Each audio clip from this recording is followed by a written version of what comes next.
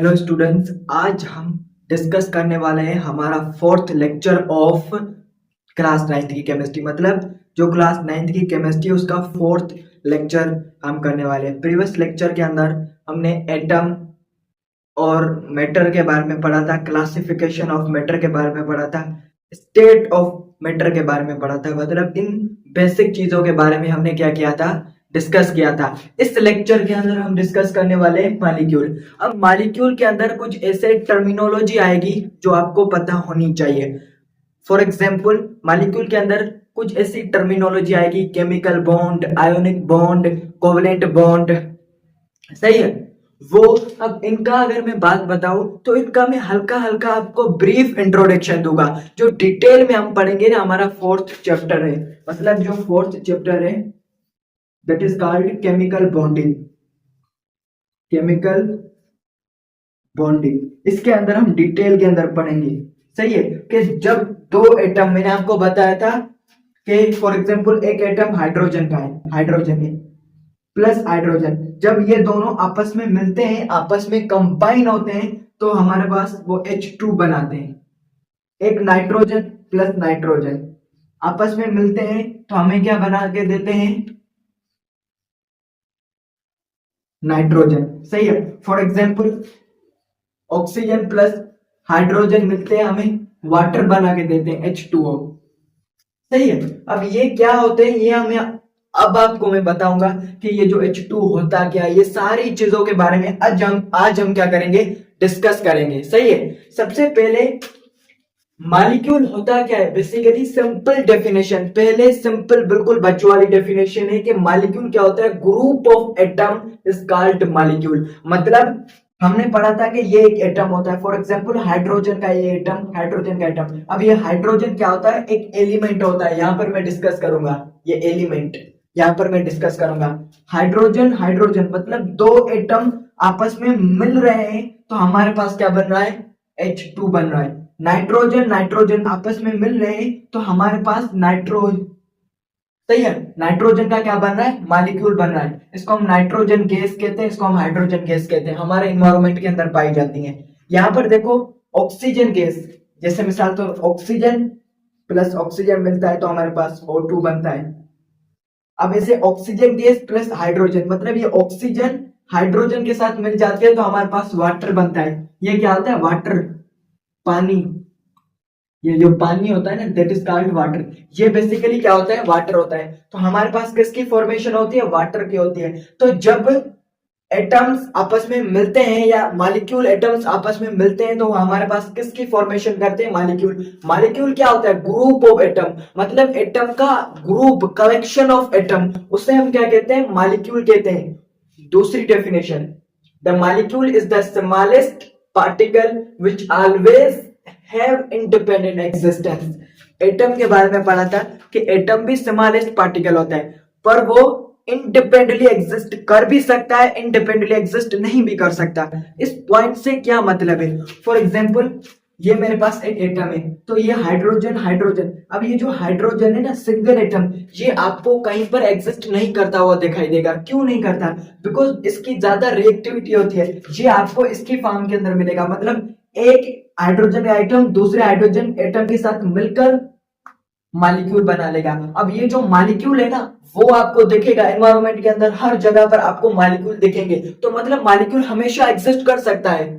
सही है। तो ये पॉइंट आपको समझ में आए। मतलब मॉलिक्यूल स्मॉलेस्ट पार्टिकल होता है which always have independent existence. मतलब वो हमेशा इंडिपेंडेंट एग्जिस्ट कर सकता है। अगर आप इन्वायरमेंट के अंदर देखोगे, कहीं भी देखोगे, अर्थ के क्रस्ट के अंदर देखोगे, मतलब कहीं भी चले जाओगे तो आपको ये चीज मिलेगी। मतलब ये मॉलिक्यूल इंडिपेंडेंटली एग्जिस्ट कर सकता है। जैसे हम कहते हैं ना कि हम अपने पेरेंट के ऊपर डिपेंडेंट है, क्या अभी हम इंडिपेंडेंटली हम अपने पेरेंट्स से कर सकते हैं, नहीं कर सकते ना। हम उन पर डिपेंड करते हैं, हम उन पर क्या करते हैं, डिपेंड करते हैं। पर जो हमारे पेरेंट्स है वो क्या है, वो इंडिपेंडेंट है। क्या उनको किसी सहारे की जरूरत है, नहीं है ना, वो इंडिपेंडेंट है। फाइनेंशियली वो इंडिपेंडेंट है। पर जो हम है ना, हम उनके ऊपर, हमारे पेरेंट्स के ऊपर क्या करते हैं, डिपेंड करते हैं। तो मॉलिक्यूल क्या है, हमारे पेरेंट्स है, और एटम क्या है, हम है। कभी कभी ऐसा बच्चा होता है जो कि मतलब छोटी सी उम्र के अंदर भी अर्निंग कर रहा होता है, पैसे कमा रहा होता है, मतलब वो अपने पेरेंट्स से डिपेंडेंट नहीं होता, पेरेंट के ऊपर डिपेंड नहीं होता, ऐसा भी हो सकता है। पर कुछ ऐसे होते हैं जो अपने पेरेंट के ऊपर डिपेंड करते हैं। तो मॉलिक्यूल क्या होता है? मॉलिक्यूल स्मॉलेस्ट पार्टिकल होता है जो हमेशा इंडिपेंडेंट एग्जिस्टेंस होता है। अगर ये डेफिनेशन आपको समझ में नहीं आ रही तो आप इसको बेसिकली निगलेक्ट कर सकते हो, कोई मसला नहीं, आप इस डेफिनेशन को लिख सकते हो। आपके बुक में ये नहीं थी, ये मैंने इसलिए लिखी है क्योंकि इससे कॉन्सेप्ट समझ में आता है। मतलब जब आप क्लास 8 से 9th के अंदर आते हो तो आप ज्यादातर कॉन्सेप्ट के अंदर कहते हो, सही है। उसके बाद क्या होता है? अब atoms between molecule is hold by chemical bond. अब केमिकल बॉन्ड क्या होता है? केमिकल बॉन्ड क्या होता है? किसी फोर्स होती है, मैंने आपको बताया था कि केमिकल बॉन्डिंग, ये जो हम केमिकल बॉन्ड है ना, इसको हम 4th चैप्टर के अंदर बिल्कुल डिटेल से पढ़ेंगे। इसके अंदर आयोनिक बॉन्ड होता है, कोवलेंट बॉन्ड होता है। अभी मैं हल्का हल्का आपको बता देता हूं, पर अभी आपको जानने की जरूरत नहीं है। आयोनिक बॉन्ड, कोवलेंट बॉन्ड मैं आपको पढ़ाऊंगा, पर सब्सटेंस, एलिमेंट, मिक्सचर, कंपाउंड, इनके पढ़ने के बाद मैं आपको हल्का सा ब्रीफ इंट्रोडक्शन दूंगा कि आयोनिक कंपाउंड क्या होते हैं, कोवलेंट कंपाउंड क्या होते हैं, आयोनिक बॉन्ड क्या होते हैं, कोवलेंट बॉन्ड क्या होते हैं। फिर हम जो डिटेल में पढ़ेंगे ना, बिल्कुल डेप्थ में डिटेल में पढ़ेंगे, वो हमारा चैप्टर 4 है, उसके अंदर हम इसको डिटेल्ड वाइज पढ़ेंगे। अभी समझ में आया कि ये जो एटम्स होते हैं ना, फॉर एग्जांपल ये मेरे पास एटम है और ये एटम है, ये आपस में जुड़ते क्या है? बेसिकली एक फोर्स ऑफ अट्रैक्शन होता है जो इनको होल्ड करके रखता है, ऐसे मजबूत करके रखता है। जैसे फॉर एग्जांपल अब यहाँ पर मेरे पास ये मार्कर है, अगर फॉर एग्जांपल यहाँ पर ये यहाँ से टूट जाए, या मैं मान लेता हूँ कि यहाँ से अगर ये टूट गया, अब मुझे इसको इसके अंदर जोड़ना है, तो यहाँ से मैं क्या लगाऊंगा? कोई स्टिक लगाऊंगा, मतलब ऐसे ही कोई चिपचिपी कोई चीज लगाऊंगा, यहाँ पर लगा के इसको जोड़ के रख दूंगा, 2-3 दिन के लिए, 2-3 घंटे के लिए रख दूंगा। उसके बाद मैं देखूंगा कि ये मजबूत हो जाएगी, मतलब इस स्टिकिंग ने क्या किया? इन दोनों को होल्ड किया। तो ऐसे ही केमिकल बॉन्ड क्या होता है? इन दोनों को होल्ड करके रखता है, आपस में क्या करता है? होल्ड करके रखता है। उससे हम क्या कहते हैं? उससे हम केमिकल बॉन्ड कहते हैं, मतलब जो एटम को होल्ड करके रखता है। फॉर एग्जाम्पल अगर ये मेरे पास एक एटम है, ये मेरे पास एक एटम है। एटम क्या होता है? किसी भी मैटर का ये मेरे पास चीज है, तो मैं इसको माइक्रोस्कोप से देखो छोटे में छोटा पार्ट होता है, उसे हम एटम कहते हैं। मान लो ये मेरे पास एक एटम है और ये मेरे पास एक एटम है, तो इन दोनों को अगर मैं जोड़ देता हूँ, किसी भी चीज से मैं जोड़ के देखता हूँ, तो ये दोनों एक दूसरे से होल्ड हो जाते हैं ना। तो ये जो फोर्स इन दोनों को होल्ड करके रखता है ना, उससे हम क्या कहते हैं? उसे हम क्या कहते हैं? केमिकल बॉन्ड कहते हैं। केमिकल बॉन्ड क्या होता है? अभी अगर अभी आपको समझ में नहीं आ रहा तो कोई मसला नहीं, मैंने आपको बताया था कि जो हमारा 4th चैप्टर है, ये वाला चैप्टर है, इसके अंदर हम इसको डिटेल के अंदर स्टडी करेंगे। तो आप पहले फाउंडेशन बनाओ, ऐसे बहुत सारे टॉपिक आएंगे जो अभी आपको हो सकता है नहीं समझ में आए, उनका आगे चल के उनकी डिटेल के अंदर हम स्टडी करेंगे। तो ये पॉइंट आपको समझ में आया? अगर आप चाहें तो मैं इसकी डेफिनेशन आपको लिखा सकता हूँ, अभी आप याद कर सकते हैं। सही है, इस चीज को मैं मिटा रहा हूँ। सही है, अब केमिकल बॉन्ड की डेफिनेशन लिख लें कि केमिकल बॉन्ड होता क्या है। What is chemical bond? Chemical bond, अभी अगर आपको समझ में नहीं आ रहा ना, सिंपली आप डेफिनेशन लिख लें। केमिकल बॉन्ड क्या आता है? The force of attraction, force of attraction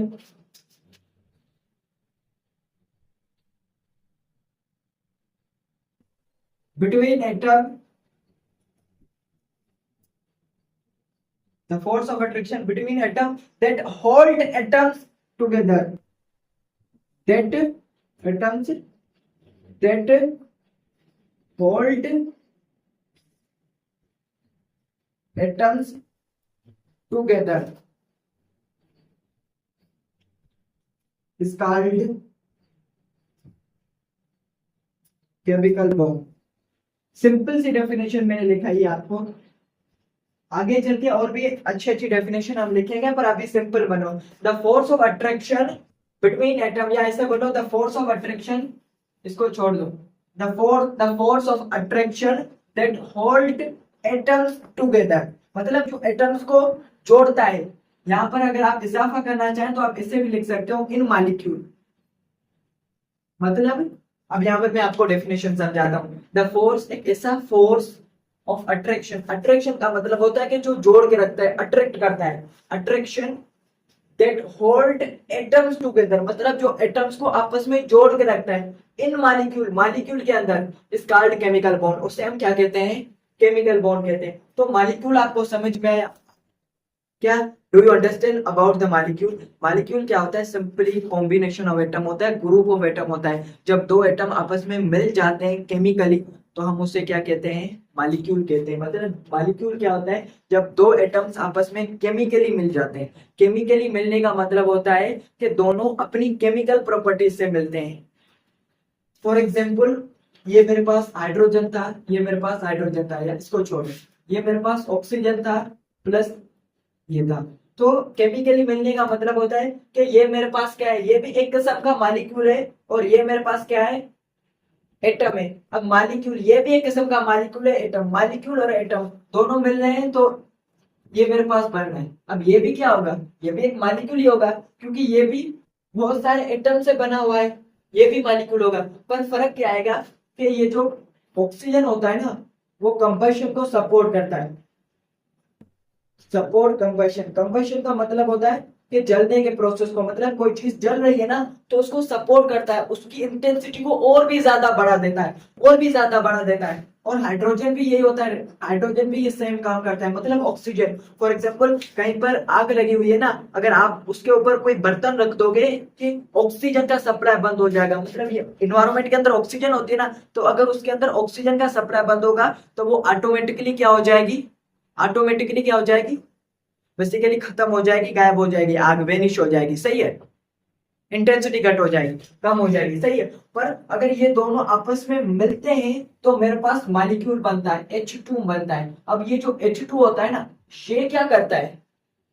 ये क्या करता है? ये उसको कम करता है, मतलब कंबशन को क्या करता है? कम करता है। ये कंबशन को सपोर्ट करती है। मतलब जब ये दोनों आपस में मिले, तो इनकी जो केमिकल प्रॉपर्टीज, इनकी केमिकल प्रॉपर्टीज का मतलब होता है कि जो उसकी केमिकल रिएक्टिविटी से रिलेटेड हो। अभी समझ में नहीं आ रहा, मुझे पता है केमिकल रिएक्टिविटी क्या है, केमिकल प्रॉपर्टीज क्या है। आगे आगे जैसे जैसे आप चलते जाओगे, तो चैप्टर्स के अंदर ये टॉपिक आते जाएंगे, अभी आप समझते जाओगे। अगर किसी को ये पॉइंट समझ में आ रही है तो वेल एंड गुड, अगर नहीं आ रही तो कोई मसला नहीं। हम आगे आगे जैसे टॉपिक्स पढ़ेंगे, वहां पर हमें ये पॉइंट समझ आने लगेगी।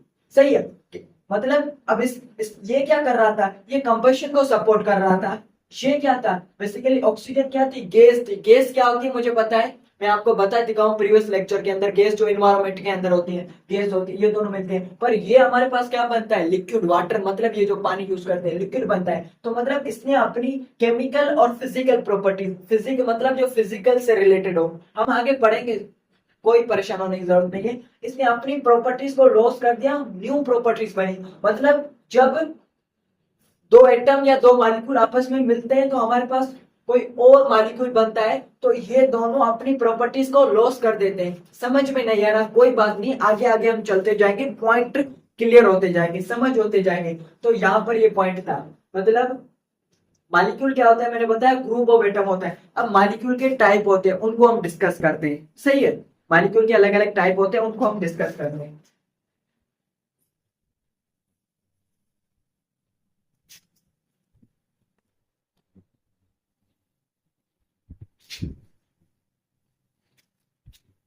Types of molecule, classification of molecule.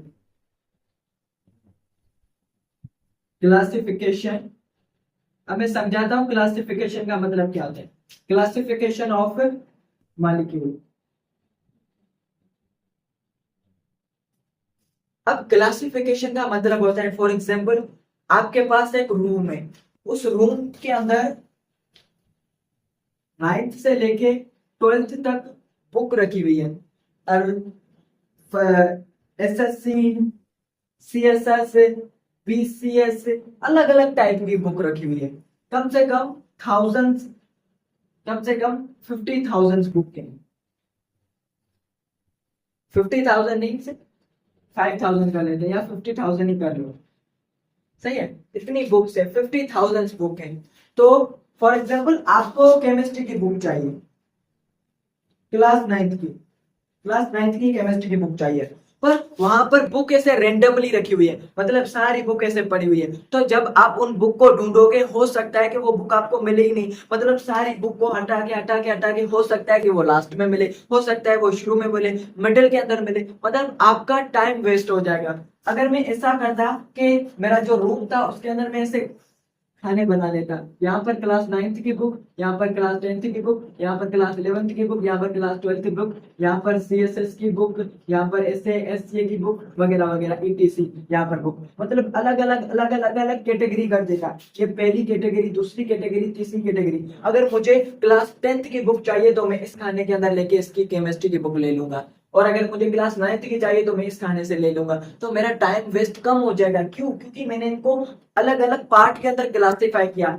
एक पार्ट, दूसरा, तीसरा, चौथा, पांचवा, छठा, सातवां, मतलब अलग अलग पार्ट के अंदर मैंने इस चीज को क्या किया, कैटेगराइज किया, जिसकी वजह से क्या आ गया, मुझे मदद मिली, मुझे हेल्प मिली। कौन सी? कि मैं इनको इजीली, बेसिकली इजीली जो भी मुझे बुक चाहिए उसको मैं एक्सेप्ट कर सकता हूँ, उसको मैं ले सकता हूँ। मेरा टाइम कम वेस्ट हो रहा है, मतलब यहाँ पर मेरा जो टाइम है वो कम वेस्ट हो रहा है, जिसकी वजह से मैं जो भी मुझे बुक चाहिए वो ले लूंगा। तो यहाँ पर ये फायदा होता है, बेसिकली क्लासिफिकेशन का ये फायदा होता है। ये क्या होता है? बेसिकली एडवांटेज होता है, फायदा होता है क्लासिफिकेशन। समझ में आया? अब क्लासिफिकेशन भी अलग अलग बेस के ऊपर होती है। अब ये पॉइंटर मैं क्यों बताऊंगा, क्योंकि जब आप क्लास 9th के अंदर पढ़ोगे, 10th के अंदर पढ़ोगे, 100 से भी ज्यादा ऐसे टॉपिक आएंगे जिनकी हम क्लासिफिकेशन करेंगे। तो जब भी हम चीजों की क्लासिफिकेशन करते हैं कोई ना कोई बेस बनाते हैं। फॉर एग्जाम्पल, मेरे पास 100 स्टूडेंट है, 100 स्टूडेंट बैठे हुए हैं। अब 100 स्टूडेंट में से कुछ स्टूडेंट गर्ल्स हैं, कुछ स्टूडेंट बॉयज हैं। तो मैं बोलता हूं कि मैंने जेंडर, जेंडर का मतलब होता है, जेंडर तो समझ में आता है कि कोई गर्ल है या बॉय है, उसका जेंडर क्या है बेसिकली, सही है। सिंपली बताऊं, मतलब कौन सा जेंडर है उसका, तो मैंने जेंडर को एक बेस रखा। मैंने बोला कि जो गर्ल्स हैं वो इस साइड आ जाएं, जो बॉयज हैं वो इस साइड आ जाएं। तो मैंने यहाँ पर बेस कौन सा रखा? बेस का मतलब होता है कि मैंने किस चीज के ऊपर कैटेगराइज किया। मैंने बोला कि जेंडर, मतलब जो गर्ल्स हैं वो इस साइड आ जाएं, जो बॉयज हैं वो इस साइड आ जाएं। अगर मैं नहीं बोलता, मैं बोलता इस साइड आ जाओ, इस साइड आ जाओ, कोई सेंस बनता? कोई रेंडमली इस साइड आ जाता, कोई इस साइड हो सकता है यहाँ पर आते ही नहीं, सारे इस साइड चले जाते, हो सकता है दोनों पर बराबर आते। मतलब यहाँ पर कोई बेस नहीं बन रहा ना। अब मैं बोलता हूँ कि जिनकी भी मार्क्स 50 से ज्यादा है, 50% से ज्यादा मार्क्स है, वो इस साइड आ जाए, और जिनकी भी मार्क्स 50% से कम है वो इस साइड आ जाए। तो अब इसके ऊपर मैंने क्या किया, इसके ऊपर मैंने बेस, किसके ऊपर मैंने बेस बनाया? बेसिकली मार्क्स के ऊपर, परसेंटेज के ऊपर। 50% मैंने वो बेस रखा, उसके हिसाब से मैंने दो क्लासिफिकेशन की। क्या ये पॉइंट आपके ब्रेन के अंदर इस पॉइंट ने क्लिक किया? जिससे मैं कहता हूं कि जो मेरे स्टूडेंट्स वीडियो देख रहे हैं, ऐसे स्टूडेंट जो वीडियो छोड़ के चले जाते हैं, थोड़ी मतलब कम वीडियो देखकर चले जाते हैं, वो इस साइड आ जाए, और जो स्टूडेंट पूरी वीडियो देखते हैं बिल्कुल फोकस के साथ, जिनको हर चीज समझ में आ रही होती है, वो इस साइड आ जाए। तो ये मैंने क्या बनाया, मैंने बेस क्या बनाया कि कौन कितनी वीडियो देख रहा है, मतलब कितना टाइम वो वीडियो के ऊपर वेस्ट कर रहा है। वेस्ट तो नहीं होगा। अगर आप अपने के ऊपर टाइम वेस्ट कर रहे होते, दैट इज इनफ, ये आपके लिए जरूरी है, सही है, क्योंकि यही चीज आगे चल के आपको काम आएगी। क्लासिफिकेशन ऑफ, अब यहाँ पर दो टाइप की क्लासिफिकेशन होती है।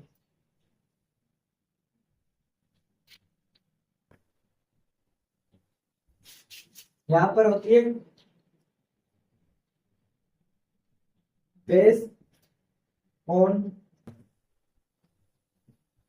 Number of atoms. यहाँ पर होती है, यहाँ पर बेसिकली होती है,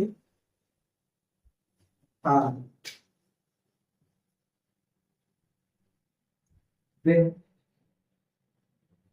whether atoms are same or different। अब मैं समझाता हूँ।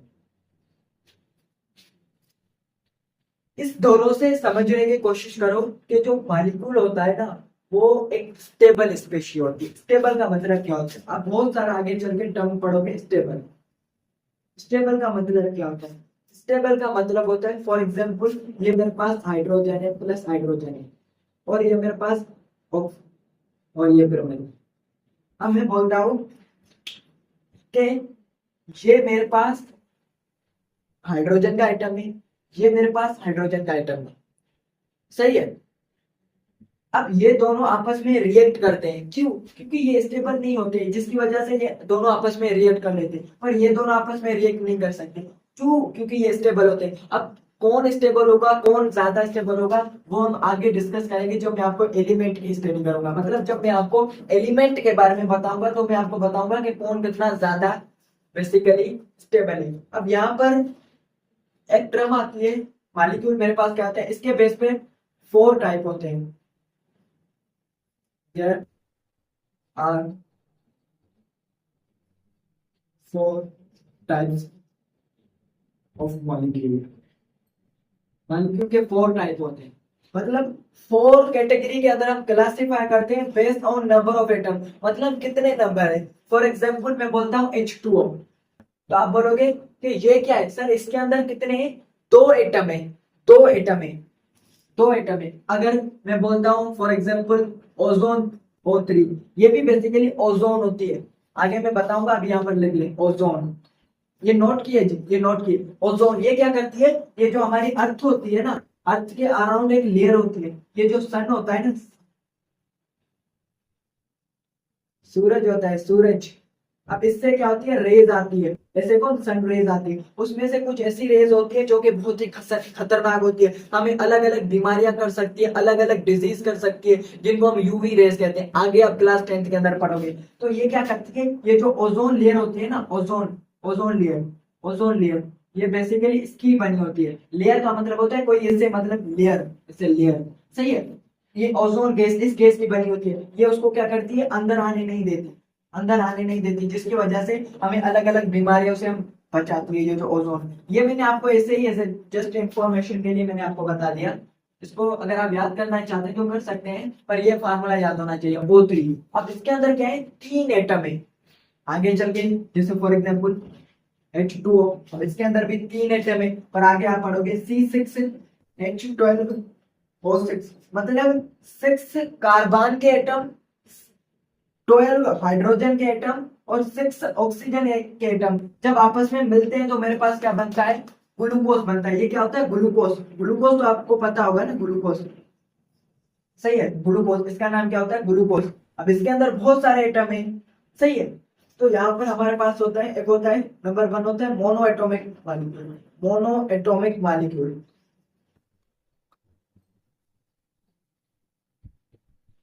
नंबर 2 होता है diatomic molecule, diatomic diatomic molecule. Number 3 होता है try atomic molecule, try atomic molecule.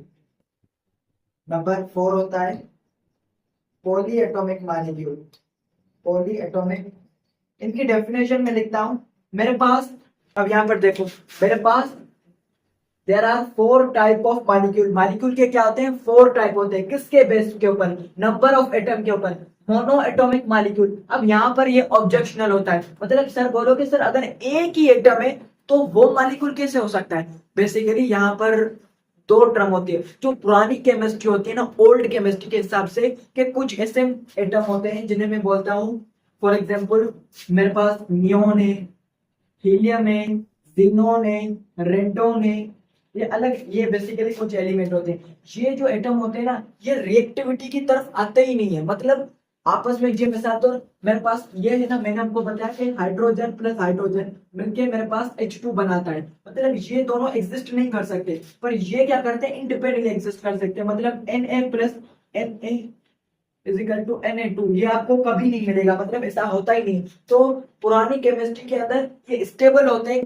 Chemical reaction नहीं करते, जिनकी वजह से इनको मोनो एटॉमिक मॉलिक्यूल कहा जाता है। पर मॉडर्न केमिस्ट्री के अंदर, अभी की केमिस्ट्री के अंदर, इनको एटॉमिक कहा गया है, मोनो एटॉमिक मॉलिक्यूल नहीं कहा गया। पर आपकी बुक में मोनो एटॉमिक मॉलिक्यूल लिखा हुआ है, जिसकी वजह से आप इसको लिख सकते हो, मतलब आप इसको मान ले। पर ये क्या है, क्लासिकल केमिस्ट्री मतलब पुरानी जो केमिस्ट्री है ना उसके हिसाब से ये मोनोएटॉमिक मॉलिक्यूल है, पर नई केमिस्ट्री के हिसाब से ये मॉलिक्यूल नहीं हो सकते, क्योंकि मॉलिक्यूल की डेफिनेशन कोई फॉलो नहीं कर रहे। मॉलिक्यूल का मतलब क्या होता है? Group of atom. जब एटम्स आपस में कंबाइन होते हैं तो वो क्या बनाते हैं? मॉलिक्यूल बनाते हैं। पर इसमें तो एक ही एटम है, तो वो कैसे मॉलिक्यूल हो सकता है? तो पुरानी केमिस्ट्री में इसलिए कहा गया था क्योंकि ये स्टेबल होते हैं, केमिकल रिएक्शन की तरफ नहीं आते। केमिकल रिएक्शन का मतलब होता है जैसे हाइड्रोजन प्लस हाइड्रोजन मिलके ये बना रहे हैं, तो इसे nitrogen plus sorry neon plus neon, ये मैं बताऊंगा, अभी समझने की जरूरत नहीं है। नियोन नियोन मिलके मेरे पास NO2 नहीं बनाते, इसकी वजह से मैं इनको मोनो एटॉमिक मॉलिक्यूल कहता हूँ। आपके बुक में लिखा है तो आप यहाँ से डिस्कस कर लें कि मोनो एटॉमिक मॉलिक्यूल वो मॉलिक्यूल होते हैं जिनके अंदर सिर्फ एक ही एटम हो।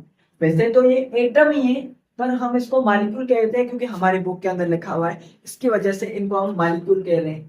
क्लासिकल केमिस्ट्री के हिसाब से ये मोनोएटॉमिक मॉलिक्यूल है, पर मॉडर्न जो नाउ हमारे पास जो केमिस्ट्री है ना इसके हिसाब से ये एटम ही है। पर आपकी बुक में लिखा हुआ है, इसकी वजह से मैंने लिख लिया क्योंकि आपको कोई परेशानी नहीं हुई। समझा? उसके बाद होता है डाई एटॉमिक मॉलिक्यूल। डाई का मतलब होता है टू, मोनो का मतलब होता है one. Mono means one, di का मतलब होता है टू। डाई मीन्स टू, मतलब जब दो एटम आपस में मिलते हैं जो मॉलिक्यूल बनते हैं उसे मैं कहता हूँ diatomic molecule. For example मेरे पास O2, अब इसके अंदर क्या है? आप बोलोगे सर ऑक्सीजन प्लस ऑक्सीजन, मतलब एक एटम दो एटम है तो इनसे बना हुआ है, तो ये क्या है? ट्राई। ट्राई का मतलब होता है three. Try try three three, तो O3 ये मेरा ट्राई एटॉमिक मॉलिक्यूल है। पॉली एटॉमिक का मतलब होता है फोर, चार या चार से ज्यादा। इसकी मैं डेफिनेशन आपको लिखाता हूँ, फोर या फोर से ज्यादा। फॉर एग्जाम्पल ये, अब इसके अंदर कितने हैं? इसके अंदर यहाँ पर 24 एटम है। 24 एटम है। ये क्या होते हैं? 24 एटम है, तो ये क्या है? Poly atomic molecule. अब मैं इनकी डेफिनेशन आपको लिखाता हूँ, इनकी डेफिनेशन आप लिखिए। यहाँ पर मैंने इसको मिटा दिया है। मोनोएटॉमिक मॉलिक्यूल क्या होते हैं? A type of molecule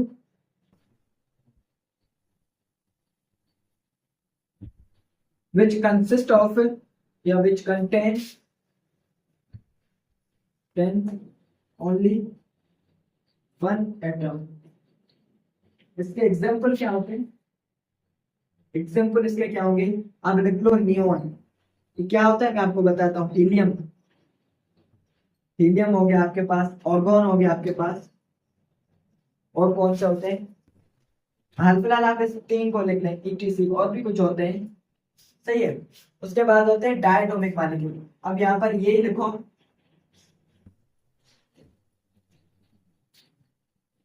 to atom, मतलब क्या करोगे? ये पूरी डेफिनेशन सेम लिखोगे। अ टाइप ऑफ मॉलिक्यूल, यहाँ पर भी लिखोगे a type of molecule which contain two atom. Only नहीं लिखोगे, टू एटम, मतलब जिसके अंदर टू एटम हो उसे हम क्या कहते हैं? डायटोमिक मॉलिक्यूल कहते हैं, सही है। Diatomic molecule. अब इसके एग्जांपल लिख सकते हैं आप यहाँ पर। ट्राइएटॉमिक मॉलिक्यूल, ये पूरी डेफिनेशन लिखोगे, सिर्फ यहाँ पर लिखोगे, या मैं इसको इसे कर देता हूँ, two atom,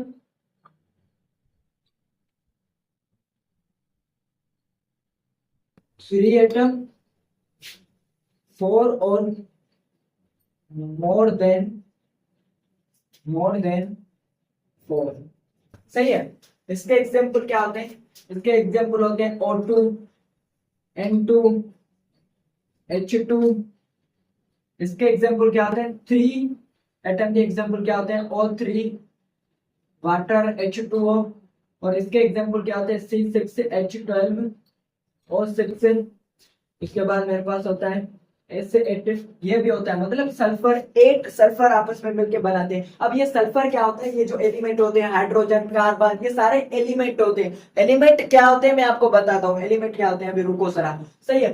base on number of atom, मतलब कितने नंबर ऑफ एटम प्रेजेंट है मॉलिक्यूल के अंदर। Monoatomic molecule. A type of molecule which contain only one atom, मतलब जिसके अंदर सिर्फ एक ही एटम हो। Diatomic molecule. ये पहले आप ये लिखोगे, a type of molecule which contain only two atom, only two atom. अब ये triatomic molecule, a type of molecule which contain only 3 atom, polyatomic molecule, a type of molecule which contain only 4 or more than 4 atom. क्या ये point आपको समझ में आया? ये point आपको समझ में आया? सही है, ये पॉइंट आपको समझ में आया कि मोनोएटॉमिक मॉलिक्यूल क्या होते हैं, डायएटॉमिक मॉलिक्यूल क्या होते हैं, ट्राइएटॉमिक मॉलिक्यूल क्या होते हैं, पॉलीएटॉमिक मॉलिक्यूल क्या होते हैं, आपके बुक में चार्ट के अंदर दिया गया है। सही है, तो इस चीज को आप लिख लें, पहले राइट कर लें।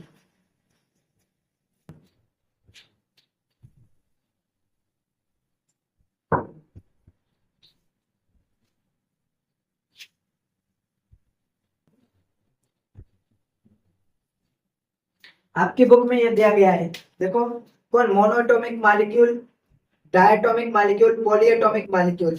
आपकी बुक में ट्राइएटॉमिक मॉलिक्यूल नहीं लिखा हुआ तो कोई बात नहीं।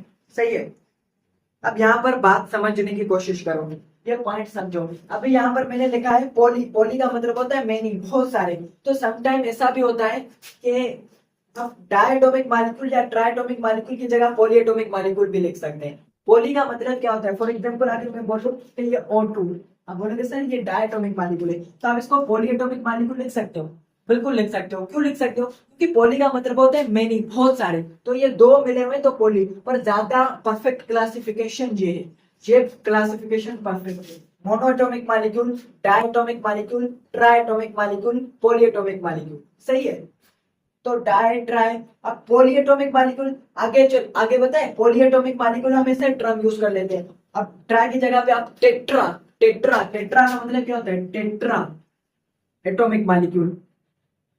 टेट्रा एटॉमिक मॉलिक्यूल का मतलब होता है कि जिनके अंदर 4 एटम हो। आगे बढ़ोगे, penta atomic molecule, hexa atomic molecule, octa atomic molecule, deca atomic molecule. तो ऐसे बढ़ते जाओगे, बढ़ते जाओगे, बढ़ते जाओगे, पर उसकी जगह पर, इनकी जगह पर रिप्लेस किया जाता है पॉलीएटॉमिक मॉलिक्यूल। पॉलीएटॉमिक मॉलिक्यूल का मतलब होता है मेनी एटॉमिक मॉलिक्यूल, बहुत सारे एटॉमिक मॉलिक्यूल।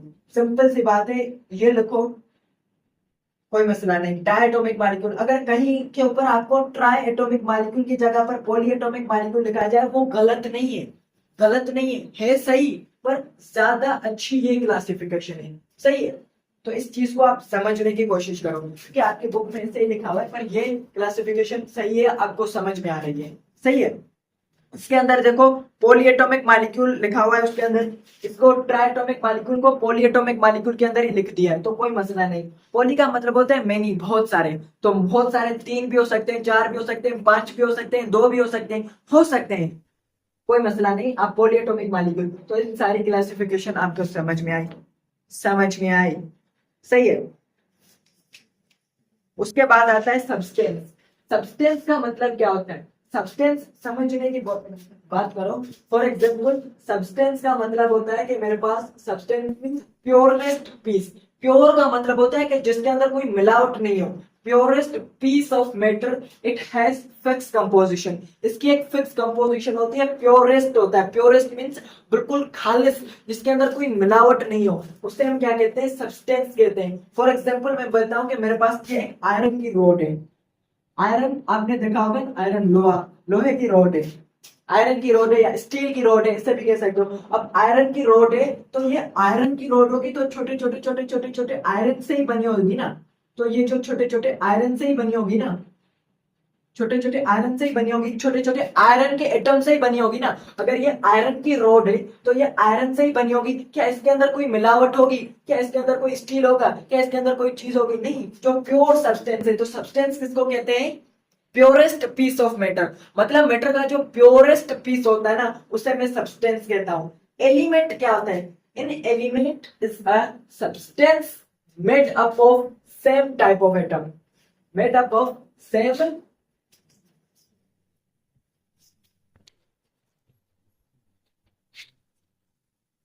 टाइप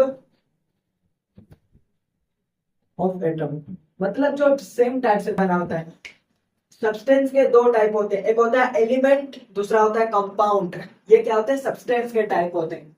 एलिमेंट एक टाइप का सब, element is a substance. Element वो सब्सटेंस होता है made up of same type of atom, जो सेम टाइप ऑफ एटम से बना हुआ है। फॉर एग्जांपल ये आयरन की रोड, आयरन क्या है? एलिमेंट है। तो आयरन छोटे छोटे छोटे छोटे छोटे आयरन से बना होता है ना। जैसे मैं मान लेता हूँ फॉर एग्जांपल, ये मेरे पास कार्बन, ये मेरे पास क्या है? एक कार्बन है। कार्बन है, कार्बन है। तो कार्बन क्या है? बेसिकली कार्बन एक छोटे कार्बन के एटम से बना हुआ है। तो इसका जो छोटा एक कार्बन का एटम लूंगा उसे मैं क्या कहता हूँ? कार्बन। तो ये कार्बन से बना होता है। फॉर एग्जाम्पल अगर मैं यहाँ पर मैं ये लेता हूँ, फॉर एग्जाम्पल मैं स्टील लेता हूँ या फिर मैं गोल्ड लेता हूँ। गोल्ड, गोल्ड तो आपने देखा होगा, सोना। गोल्ड क्या होता है? छोटे छोटे गोल्ड से बना होता है, छोटे छोटे गोल्ड के एटम से बना होता है। तो छोटे छोटे गोल्ड के एटम से बना होता है। तो ये गोल्ड क्या होता है? ये गोल्ड एलिमेंट होता है। एलिमेंट का मतलब होता है an element is a substance. Element वो सब्सटेंस होता है made up of same type of atom, मतलब जो सेम टाइप ऑफ एटम से बना है। अगर मैं ये गोल्ड कह रहा हूं तो गोल्ड गोल्ड के एटम से ही बना होगा। क्या गोल्ड के अंदर कोई आयरन का एटम होगा? नहीं, ये गोल्ड के एटम से ही बना होगा। ये भी गोल्ड का एटम होगा, ये भी गोल्ड का एटम होगा, ये भी गोल्ड का एटम होगा, ये भी गोल्ड का एटम होता है। मतलब छोटे छोटे गोल्ड के एटम से ही बना होगा। इससे मैं कहता हूं एलिमेंट। एलिमेंट का मतलब होता है कि जो सेम टाइप ऑफ एटम से बना हो, मतलब सिमिलर एटम से बना हो। जैसे मिसाल, तो ये मेरे पास एटम है, ये मेरे पास एटम। जब एटम आपस में मिलते हैं ना, वो क्या बनाते हैं? एलिमेंट बनाते हैं। अब यहाँ पर आप बोलोगे सर मॉलिक्यूल और एलिमेंट के अंदर क्या डिफरेंस होता है? आपकी लेवल के ऊपर आगे आप पढ़ोगे, थोड़ा डिटेल के अंदर है, पर आपकी लेवल के अंदर ये जो मॉलिक्यूल होता है ना, मॉलिक्यूल क्या होता है? ग्रुप ऑफ एटम होता है, इनके बीच में केमिकल बॉन्ड होता है। पर एलिमेंट के बीच में केमिकल बॉन्ड नहीं होता है।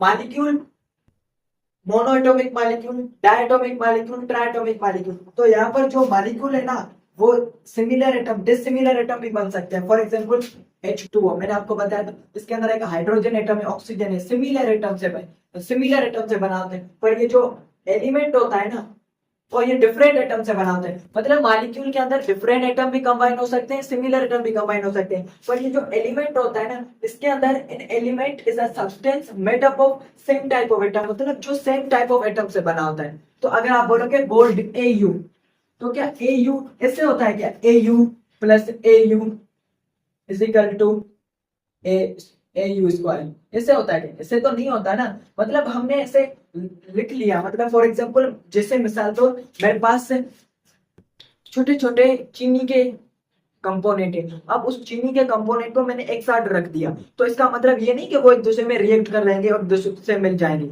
तो ये समझने की कोशिश करो कि गोल्ड का मतलब होता है ये छोटे छोटे गोल्ड के एटम से बना होता है। तो एलिमेंट ये होता है। अब हमारे पास क्या होते हैं? दुनिया के अंदर टोटल 180 एलिमेंट डिस्कवर किए जा चुके हैं। 180, ओ सॉरी, 118 एलिमेंट डिस्कवर किए जा चुके हैं। 118 एलिमेंट डिस्कवर किए जा चुके हैं। अब मैंने आपको एलिमेंट बता दिया, पर एक चीज मुझे जहन से उतर गई, वेदर एटम। हमने दूसरी क्लासिफिकेशन ऑफ मॉलिक्यूल नहीं पढ़ा। अब इस चीज को लिख लें, उसके बाद हम इसकी क्लासिफिकेशन के ऊपर आते हैं।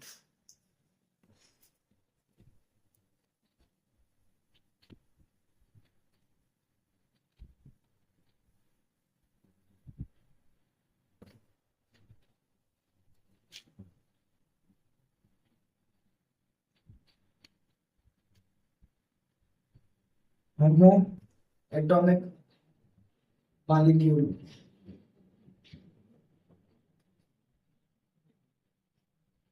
Hetero atomic molecule. होमो का मतलब क्या होता है? होमो मीन्स सेम, एक जैसा। हेट्रो मीन्स डिफरेंट, मुख्तलिफ, अलग अलग।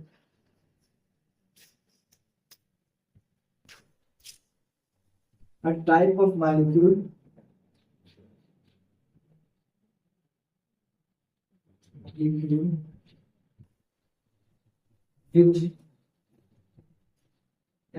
made up of same atom, same atom, protein, protein, and two H2.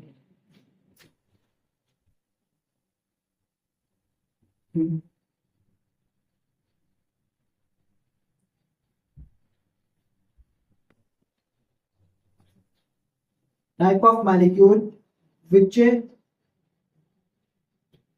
made up of different atom, H2O, C6H12O6, यहाँ पर एक और एडिशन कर लो, 6 8 सही है, डिफरेंट एटम। ये हो गया मेरे पास, CO2 हो गया मेरे पास, और भी अलग अलग होते हैं। अब यहाँ पर समझने की कोशिश करो। होमो का मतलब होता है सेम, एटॉमिक का मतलब होता है एटम, मॉलिक्यूल का मतलब क्या होता है, मतलब अ type of molecule which made up of same type of atom, मतलब जो एक जैसे एटम से बना होता है। फॉर एग्जांपल ऑक्सीजन, तो ऑक्सीजन, ऑक्सीजन प्लस ऑक्सीजन, जब दोनों ऑक्सीजन मिलते हैं तो मेरे पास ऑक्सीजन बनता है। हाइड्रोजन प्लस हाइड्रोजन, ये आपस में मिलते हैं तो मेरे पास H2 हाइड्रोजन बनता है, मतलब सेम टाइप ऑफ एटम से बना हुआ है।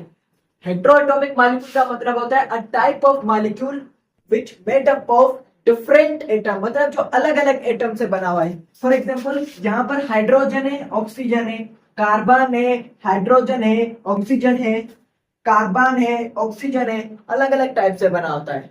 For example HCl। अब यहाँ पर हाइड्रोजन है, क्लोरीन है। अब ये Cl क्या होता है, मैंने आपको बताया जब मैं एलिमेंट के बारे में पढ़ाता हूँ ना, एलिमेंट की डेफिनेशन हमने समझ ली है। टोटल एलिमेंट मैंने आपको बताया था कि 180 एलिमेंट होते हैं, तो उनमें से ये कार्बन भी एक एलिमेंट होता है, ऑक्सीजन भी एक एलिमेंट होता है, क्लोरीन भी एक एलिमेंट होता है। सही है। अब आपको अभी तो समझ में आ रहा है, पहली मैंने जब ये लिखा था तो आपको क्लोरीन ये समझ में नहीं आ रहा था, पर अभी कुछ समझ में आ रहा है। अब एलिमेंट पढ़ेंगे फिर और ज्यादा समझ में आएगा। तो ये एक हाइड्रोजन है और क्लोरीन है, जब ये दोनों आपस में मिले हैं तो मेरे पास HCl बना है, मतलब हाइड्रोक्लोरिक एसिड बना है। अब इसको नाम याद करने की जरूरत नहीं है, HCl बना है। तो ये डिफरेंट टाइप ऑफ एटम से बना होता है, जिसकी वजह से इसको हम हेट्रोएटॉमिक मॉलिक्यूल कहते हैं। अब ये किसके बेस के ऊपर थी, ये क्लासिफिकेशन थी, वेदर एटम्स आर, ये मैं अब बहुत जल्दी लिख रहा हूं, सेम और डिफरेंट, मतलब एटम सेम है या डिफरेंट है, उसके बेस के ऊपर ये क्लासिफिकेशन थी। इसको राइट कर लो, उसके बाद हम बेसिकली दूसरे की तरफ चलते हैं। सही है, इसको लिख लिया।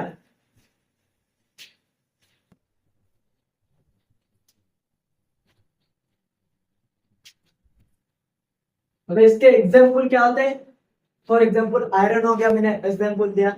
साल्ट, नमक जो आप यूज करते हो। डायमंड, डायमंड भी क्या होता है, प्योर होता है, ये कार्बन से बना होता है, कार्बन। डायमंड प्योर होता है, कार्बन से बना होता है। तो ये चीज आपको समझ में आई, ये कार्बन से बना होता है। अब मैंने आपको बताया था कि जो मेरे पास एलिमेंट होते हैं ना, वो बहुत सारे एलिमेंट होते हैं। मैं आपको 20 एलिमेंट दिखाता हूँ अभी। Element, hydrogen, hydrogen, helium, hydrogen, helium, hydrogen, helium, lithium, hydrogen, helium, lithium. अब मैं स्पेलिंग चेक कर रहा हूँ कि गलत तो नहीं है। Hydrogen, helium, lithium, beryllium, boron, boron, carbon, nitrogen, hydrogen, helium, lithium, beryllium, boron, carbon, nitrogen, oxygen, hydrogen, helium, lithium, beryllium, boron, carbon, nitrogen, oxygen, fluorine, fluorine, hydrogen. ये मेरे पास 1 2 3 4 5 6 7 8 8 9 10 कौन सा होगा, नियोन। सही है, नियोन के पास क्या होगा, 11 होगा, सोडियम, सोडियम होगा। 12 क्या होगा, hydrogen, helium, lithium, beryllium, boron, boron, carbon, hydrogen, helium, lithium, beryllium, boron, carbon, nitrogen, oxygen, fluorine, neon, sodium, magnesium, magnesium, magnesium. अभी आप यहां तक याद रखो। अभी मैंने 12 एलिमेंट डिस्कस किए, अभी लाइट चली गई है। अगले लेक्चर के अंदर हम इन सारों के बारे में डिस्कस करेंगे, hydrogen, helium, lithium, beryllium, boron, carbon, nitrogen, oxygen, fluorine, neon, sodium, magnesium. Aluminium होता है, silicon, phosphorus, sulphur, chlorine, organ, krypton, xenon. Total 180 element होते हैं, पर हमें सिर्फ 20 याद करनी, 20 एलिमेंट याद करने, बस हमारे लिए इनफ है। इतने काफी है, 20 एलिमेंट ही हमें याद करने की जरूरत है। सही है, तो ये सारी चीजें ठीक, अभी इसको आप छोड़ सकते हो कि हम नेक्स्ट क्लास के अंदर इसको डिस्कस करेंगे। नेक्स्ट क्लास के अंदर हम एलिमेंट की मैंने डेफिनेशन आपको समझा दी है। उसके बाद हम एटॉमिक नंबर, मिक्सचर, कंपाउंड, इसको अगली क्लास के अंदर हम क्या करेंगे, डिस्कस करेंगे। तो ये चीजें मैं उम्मीद करता हूँ कि आपको समझ में आ चुकी होंगी। अगर ये लेक्चर आपको पसंद आया है तो आप इस चैनल को सब्सक्राइब भी कर सकते हैं और लाइक भी कर सकते हैं। तो ये अब जो बेसिकली अलग अलग टाइप के एलिमेंट होते हैं इसको हम नेक्स्ट क्लास के अंदर डिस्कस करेंगे। तो अल्लाह हाफिज।